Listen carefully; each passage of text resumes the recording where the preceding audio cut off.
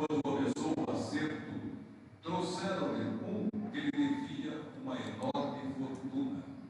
Como o empregado não tivesse com que pagar, o patrão mandou que fosse vendido como escravo, junto com a mulher e os filhos e tudo o que possuía, para que pagasse a dívida.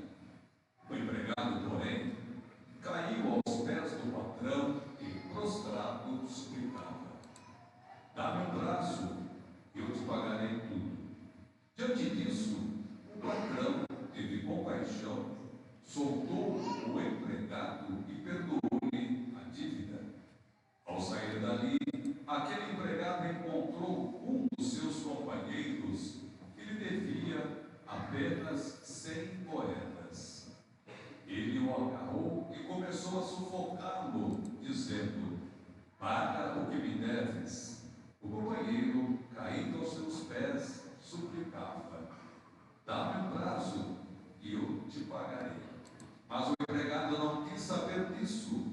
Saiu e mandou jogá-lo na prisão até que pagasse o que devia. Vendo o que havia acontecido, os outros empregados ficaram muito tristes. Procuraram o patrão e lhe contaram tudo. Então o patrão mandou chamá-lo e lhe disse: empregado perverso, eu te perdoei toda a tua dívida, porque tu me suplicaste. Não devias tu também ter compaixão do teu companheiro, como eu tive compaixão de ti?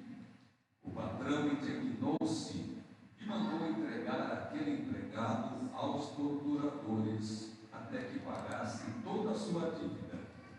É assim que meu Pai que está nos céus fará convosco, se cada um não perdoar de coração ao seu irmão. Ao terminar estes discursos, Jesus deixou a Galileia e veio para o território da Judéia, além do Jordão. Palavra da salvação. Glória a vós, Senhor.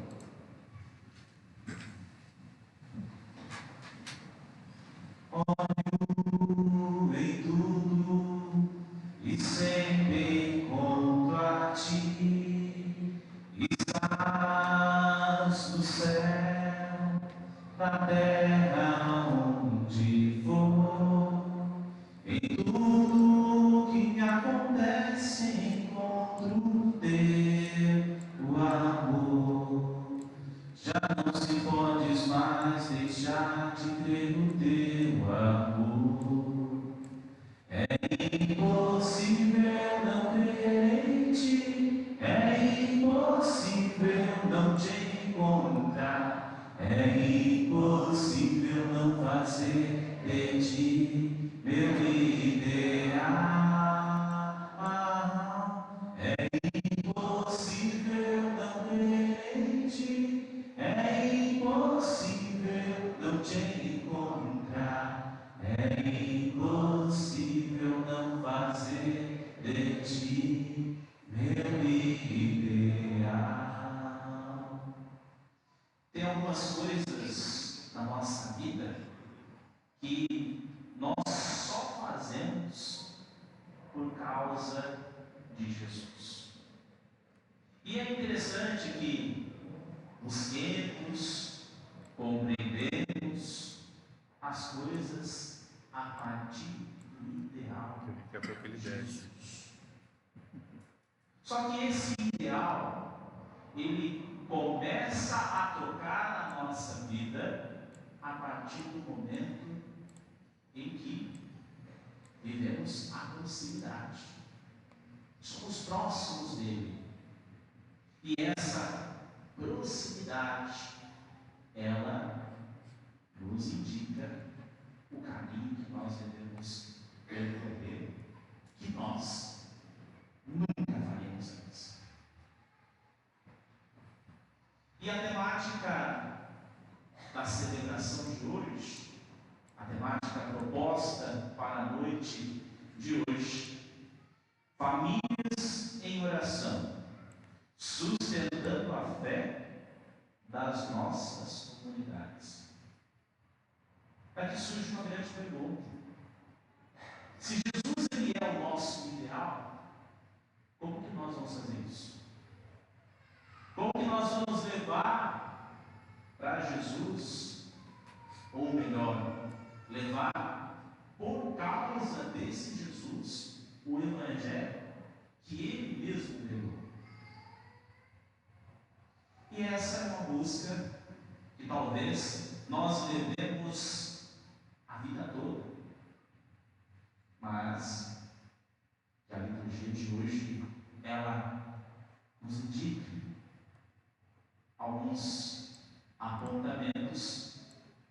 Ela faz isso e traz esse benefício para nós. Uma das frases que marcadamente a primeira leitura nos comunica está no versículo 9: antes do povo atravessar o Jordão a pé enxuto, aproximai-vos para ouvir as palavras do Senhor nosso Deus. E esse versículo parece que é algo jogado na leitura, porque Josué, ele comunica a mensagem e o povo logo parece que já se põe para ir em marcha em direção à cidade de Jericó. E o movimento aqui feito pelo povo de Israel é algo que nós precisamos descobrir. Porque escutar, ouvir e se pôr em marcha é difícil. E quando nós vivemos as experiências de Deus, nós sempre escutamos e sempre nos pomos em um movimento. E esse movimento, por muitas vezes, é percorrer um caminho, percorrer uma história que nos marca e que nos atrai para Deus. A nossa vida de oração, ela deve fazer isso com a gente. A nossa caminhada, ela deve atrair para Deus. Então, o jubileu que nós estamos vivendo, neste ano de 2025, é para atualizar isso. Nos atrair mais para a pessoa de Jesus. O jubileu que nós vivemos como paróquia, serve também para atrair nós mesmos, que já estamos no caminho, que Deus repete conosco a todo momento. Sermos atraídos. E atraídos como? Por meio da oração e através da oração. O que nós estamos realizando aqui nesta noite é um pouco disso. Mas precisamos também ser seduzidos por esse Senhor, que ia caminhando à frente, que estava presente na arca da aliança e que levava o povo, estava à frente do povo, e o povo ia marchando atrás. É esse o movimento que nós devemos fazer na nossa vida. A cada momento de oração, nós, em seguida, nos pomos em marcha por algo que nos foi confiado. E muitas vezes, esse Deus, Ele nos confia fazermos parte de um grupo, como se fosse uma família. Nós temos nossa família, não é verdade? Mas por que nós não vemos a nossa comunidade paroquial como uma família? Talvez porque não nos sintamos à vontade, talvez porque somos distantes. Mas esse movimento precisa ser criado.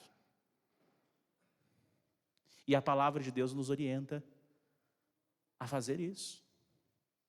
O povo de Israel, naquele momento, levado por Josué, se via como uma família.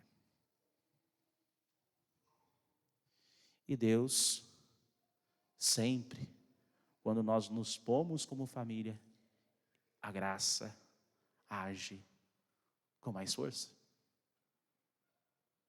Mas é interessante também nós olharmos o Evangelho de hoje. E o que o Evangelho nos diz? Nos diz sobre o perdão. E nós costumamos viver algumas mentiras quando ouvimos falar sobre o perdão. E por que isso? Porque o perdão nada mais é de que uma face do amor de Deus. É como Deus também nos transmite o seu amor. Por isso que eu não acredito quando a pessoa fala assim, mas eu perdoo fácil, padre. Então quer dizer que você nunca viveu uma dor tão grande. Ou então, a gente escuta o povo falar por aí, perdoar é esquecer. É uma mentira. Perdoar não é esquecer. Perdoar é você rezar pela pessoa. Perdoar é você dizer o que aconteceu todos os dias. Perdoar é todas as vezes que você lembrar daquela situação, você rezar. Portanto, não é esquecer. E Jesus ele utiliza de uma figura muito importante. Perdoar 70 vezes 7. É a profundidade que nós devemos percorrer. Existem outras mentiras também. Que perdoar é sim um processo de decisão. Mas não é uma decisão que você faz só uma vez. É uma decisão que você precisa fazer todos os dias ou enquanto você sentir a raiva, o ódio ou o ressentimento por aquela pessoa. Então não é só uma vez. A decisão ela também é diária. Falo isso por viver isso na pele, viu? Não é fácil perdoar. E muitas vezes nós nos pomos assim. Com essas crenças que a gente escuta por aí, ou crenças distorcidas, porque nem a palavra de Deus diz isso, e nem a psicologia. A psicologia, ela também explica que nós devemos perdoar. E quando nós perdoamos, somos capazes de reprocessar os nossos sentimentos, de ressignificar os nossos sentimentos. E devemos ressignificar com quem? Primeiramente com Deus, em oração, como diz a temática desta noite. Mas em um segundo momento, com as pessoas com as quais nós nos relacionamos. Evangelho não é fantasia, Evangelho é realidade. Mas ninguém é perfeito. Então, sempre você vai ser levado a perdoar alguém. Mas costumamos repetir o que Jesus ele conta na segunda parte do Evangelho. Isso nos impede de ser família, nos impede de levar a fé, de transmitir algo para alguém. Nos impede.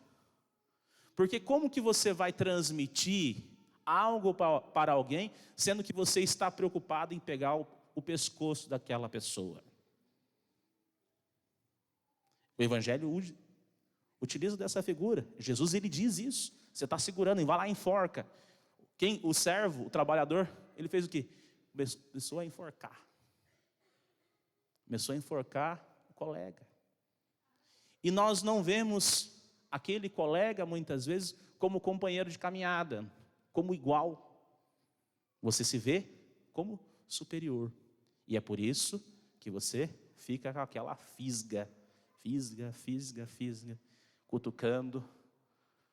Às vezes você mesmo, às vezes falando para os outros, ou às vezes quando você encontra a pessoa, manda a pessoa para aquele lugar mas é incapaz de pedir perdão para ela. Jesus, quando ele conta esta parábola, ele nos propõe uma grande referência. A referência do patrão que teve compaixão. E aqui está o grande segredo. Muitas vezes devemos ter compaixão antes de perdoar alguém. E o que é essa compaixão? Nos colocar no lugar da pessoa. Ver a história da pessoa. Nos sensibilizarmos com ela. Mesmo que ela seja narcisista, pense em si mesmo. Mesmo que essa pessoa seja egocêntrica, controladora, centralizadora. E mesmo que essa pessoa nos sufoque. Nos sufoque com regras, nos sufoque nos relacionamentos. Mas o perdão, ele precisa ser dado. Precisa. Para você se libertar. E essa libertação, ela nos faz não só repensar a nossa caminhada, mas repensar numa outra mentira também, que às vezes lembramos. E às vezes muitos falam por aí, que perdoar é você viver como se não tivesse acontecido o fato. Jesus não fala disso no Evangelho, quando ele fala no contexto do perdão. Tanto que, quando o empregado, ele age de maneira cruel com o outro, o que o patrão faz? O patrão chama de volta aquele homem e corrige aquele homem para que ele repense a sua vida e os seus atos. Então, Jesus, ele utiliza essa comparação para que nós prestemos atenção, que nós não esquecemos. Nós não esquecemos, nós lembramos. Mas precisamos agir sempre do mesmo jeito que Deus age para conosco. Porque se Deus, ele age conosco com a misericórdia, se ele nos atrai por amor e ele nos perdoa, por que não também fazer por amor? E se Jesus, ele é o ideal da nossa vida, por que não fazer com o Cristo? E aqui também está um outro segredo muito importante. Fazer com o Cristo, fazer pelo Cristo e fazer como o Cristo. Ou seja, nos momentos em que você tiver dificuldade, com o Cristo. E por que com o Cristo? Aí fala da dimensão da oração, daqui é a temática de hoje. Por que fazer com o Cristo? Porque quando você não é capaz de fazer, você precisa de alguém para te apoiar. E quem te apoia mais que nosso Senhor? Fazer pelo Cristo. Por quê? Porque é uma necessidade que você descobriu a partir da sua conversão, a partir da sua vida, a partir da sua história. Jesus, ele transformou a sua vida. E essa atitude transformadora faz com que você viva o que ele sugere no Evangelho. E como Cristo, porque ele é a maior referência de algo que nós não temos como apagar. Uma pergunta que sempre faço: tem como a gente apagar o que Jesus fez por nós na cruz? Nunca. Então é algo que nós precisamos sempre viver e repetir. E o Evangelho de hoje, de maneira espetacular, ele nos traz essa temática que está sendo proposta. Famílias em oração, sustentando a fé das nossas comunidades. E como que nós vamos sustentar a fé das nossas comunidades sem o perdão? Sem a dinâmica do perdão. E o perdão que precisa ser bem trabalhado em nossas vidas por Jesus. Por fim, meus amigos e minhas amigas, nós precisamos escutar essa palavra e saboreá-la. Por quê? Porque Deus, Ele fez em nós maravilhas. E essas maravilhas que Deus fez, nos leva a repetir várias e várias vezes a lição até aprendermos. Jesus, ele utiliza de uma comparação muito interessante. 70 vezes 7. E quando nós repetimos exaustivamente um movimento, o que se supõe? Que nós aprendemos como fazer. Na academia, quem faz atividade física, se a gente repete o movimento com a mesma postura e com a mesma intensidade, o que nós somos capazes de alcançar? O resultado. A vida nos ensina isso.